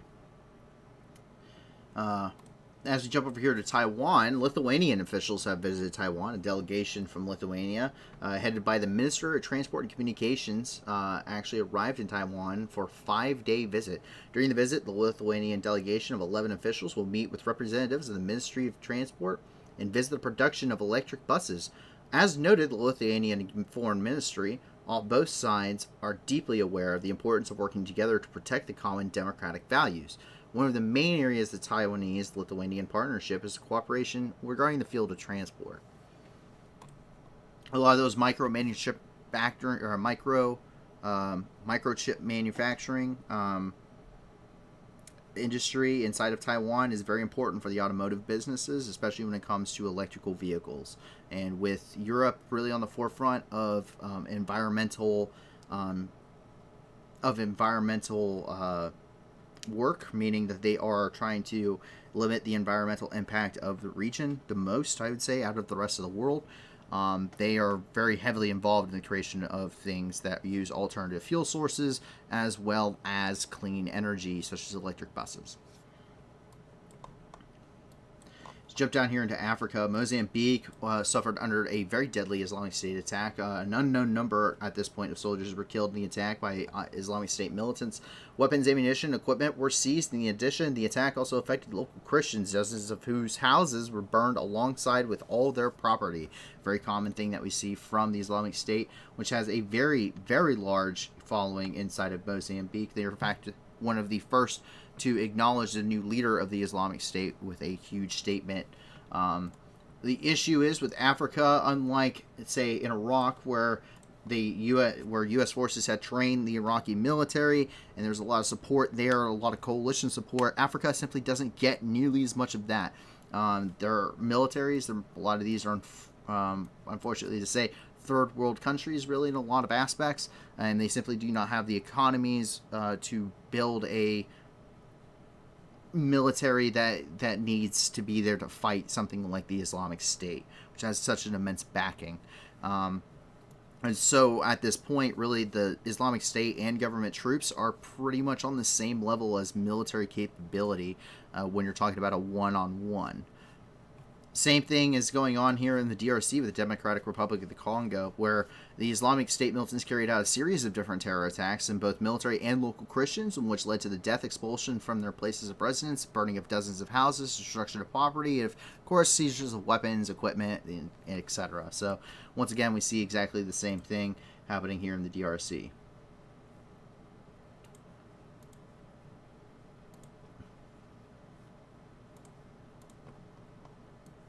And as we jump over here into the United States, here up in Bethesda, Maryland, Lockheed Martin is developing a new missile. The Lockheed Martin is developing a new missile for the HIMARS and the M270 with a range of up to 650 kilometers. Wow. That's going to reach out and touch somebody. They'll also be able to destroy ships. Also, very good. The novelty is the Precision Strike Missile, or the PSM. Or PRSM for short. It should become a replacement for the MGM 140 ATACMS, or ATACMS. The new missile will be used by the M142 HIMARS and the M270A1 MLRS, also known as the Mars 2. It is designed to destroy enemy air defense systems as well as command posts, troop concentrations, etc. In addition, it can be used to destroy naval targets. As for its firing range, it will be 60 to 650 kilometers. I do not want to have one of those land within 60 kilometers of me. According to Naval News, the PRSM prototype is already capable of covering distances up to 499 kilometers. For comparison, the ATACMS missile hits targets at a maximum distance of 300 kilometers, which is the one that Ukraine is vastly seeking. They would love that capability because you could fire from Kyiv and hit something in the Donbass, no problem.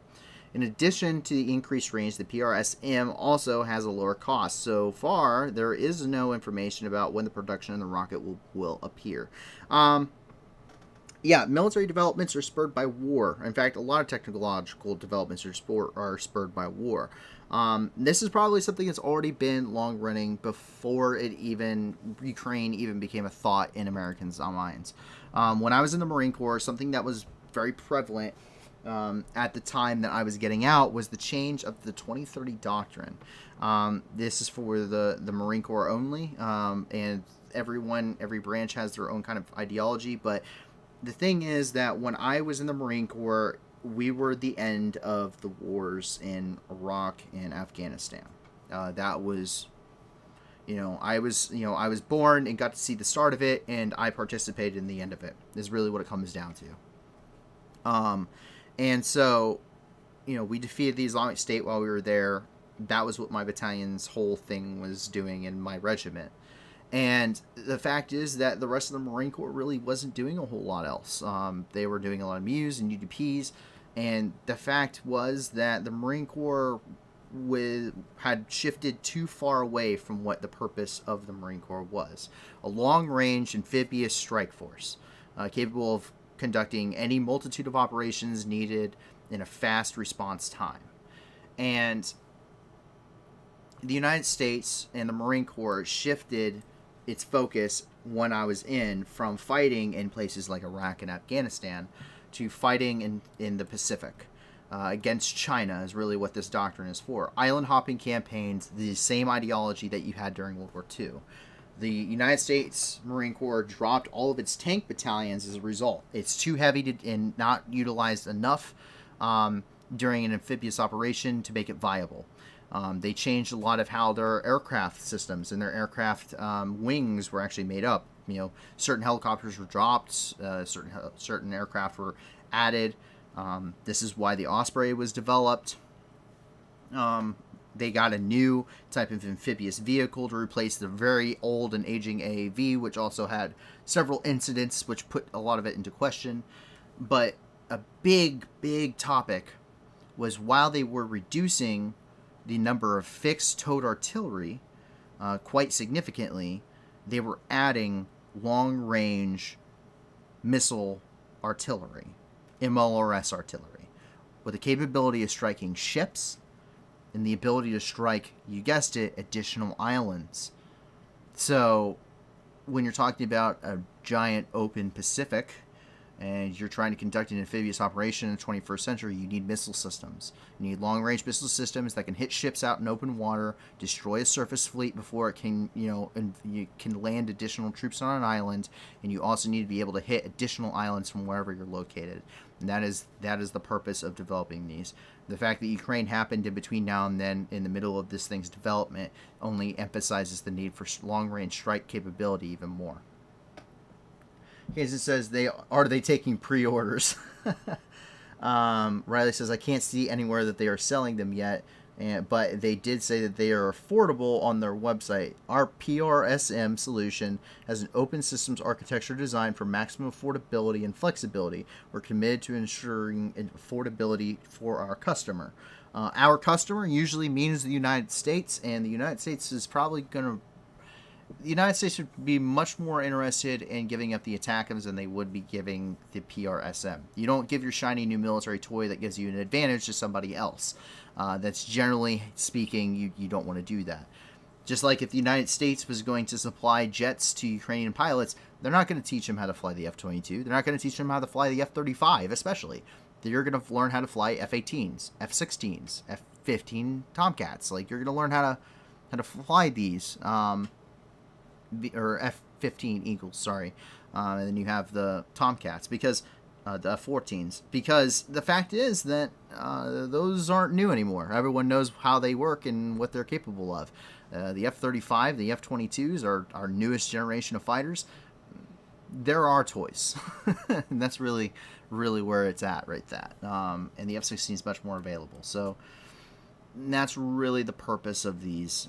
But we can take a look here.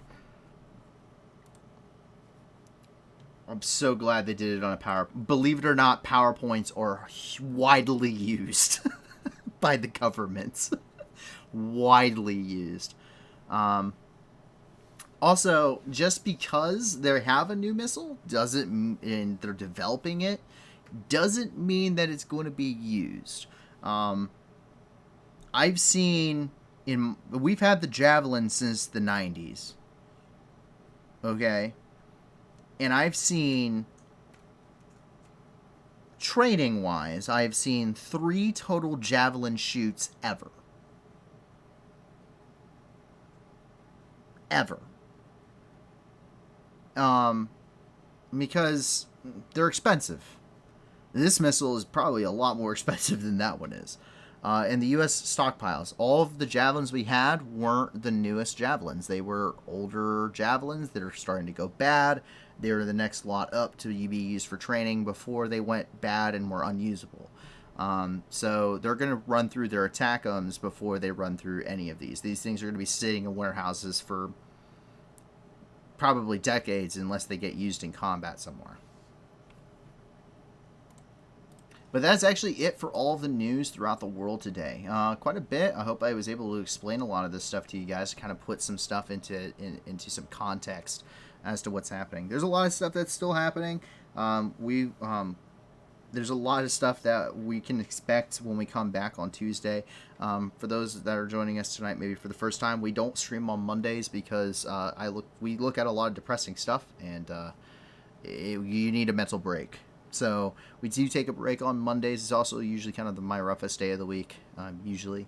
But hopefully we will be able to put some more context for you guys and give you 48 hours of review on Tuesday. We have one more thing that came in, coming from Demise FPS. He says, I wonder if this precision strike missile is cheaper than the ATACMS. Well, supposedly they said it was going to be cheaper, but in reality we don't know. Yeah, so they said it was going to be cheaper, but we really don't know. It could just be affordable, quote unquote. Which affordable to the U.S. government is a lot of things, considering they mostly run over budget on any research and development program that they have by several $billion. The U.S. can just throw money at the problem. That's the great thing about the United States. You have problems, throw money at it. I mean, when it comes to your military, that's the best way to do it, and we can. So, perks of being the world's second largest economy by a long shot. Anywho, I hope that you guys enjoyed tonight. I hope that you guys have enjoyed the way that we continue to do the news stream. Thank you so much for joining us. I really appreciate the support that you guys have been giving us, and even more so, the organizations in the description.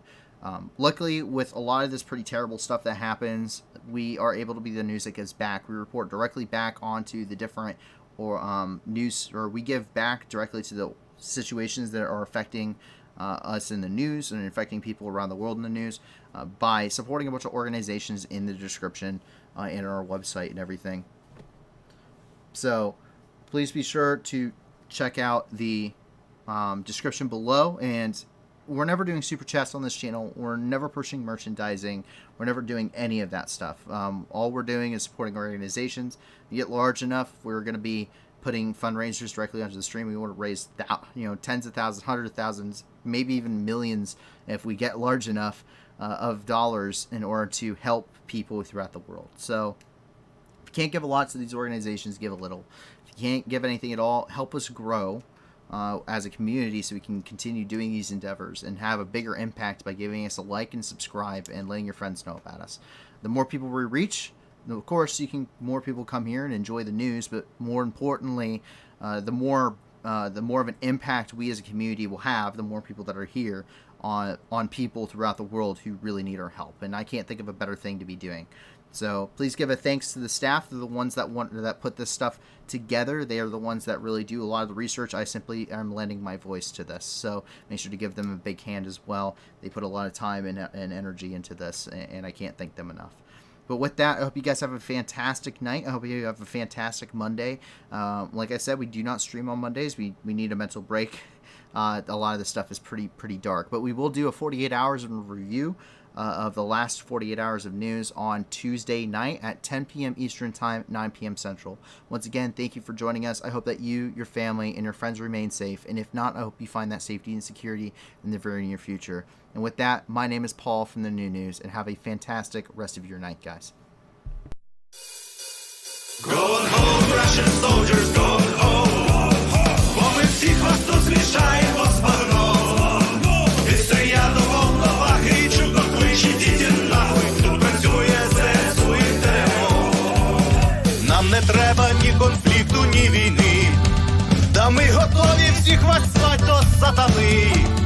Тисячі вже полягло, і все більше шлепуйло. То для них нема нічого, крім труни. Going home, Russian soldiers, going home. Бо ми всіх вас тут змішаємо з багном. Відстріля до волновахи і чудно кличе діти нахуй. Тут працює ЗСУ і ТМО. Вызволять пришел, братишка, ну привет. На моей земле тебе один ответ. Нашим людям плечом, даже танки и бачок. Вам не взять нас и за 100 тысяч лет. Going home, Russian soldiers, going home. Бо ми всіх вас тут змішаємо з багном. Відстріля до волновахи і чудно кличе діти нахуй. Тут працює ЗСУ і ТМО. Mr. Putin, on behalf of all our guys, no one's scared of your nuclear device. You can take your top 11, shove it up your wrinkle bomb. Oh, we'll come and help you fit it in your skull.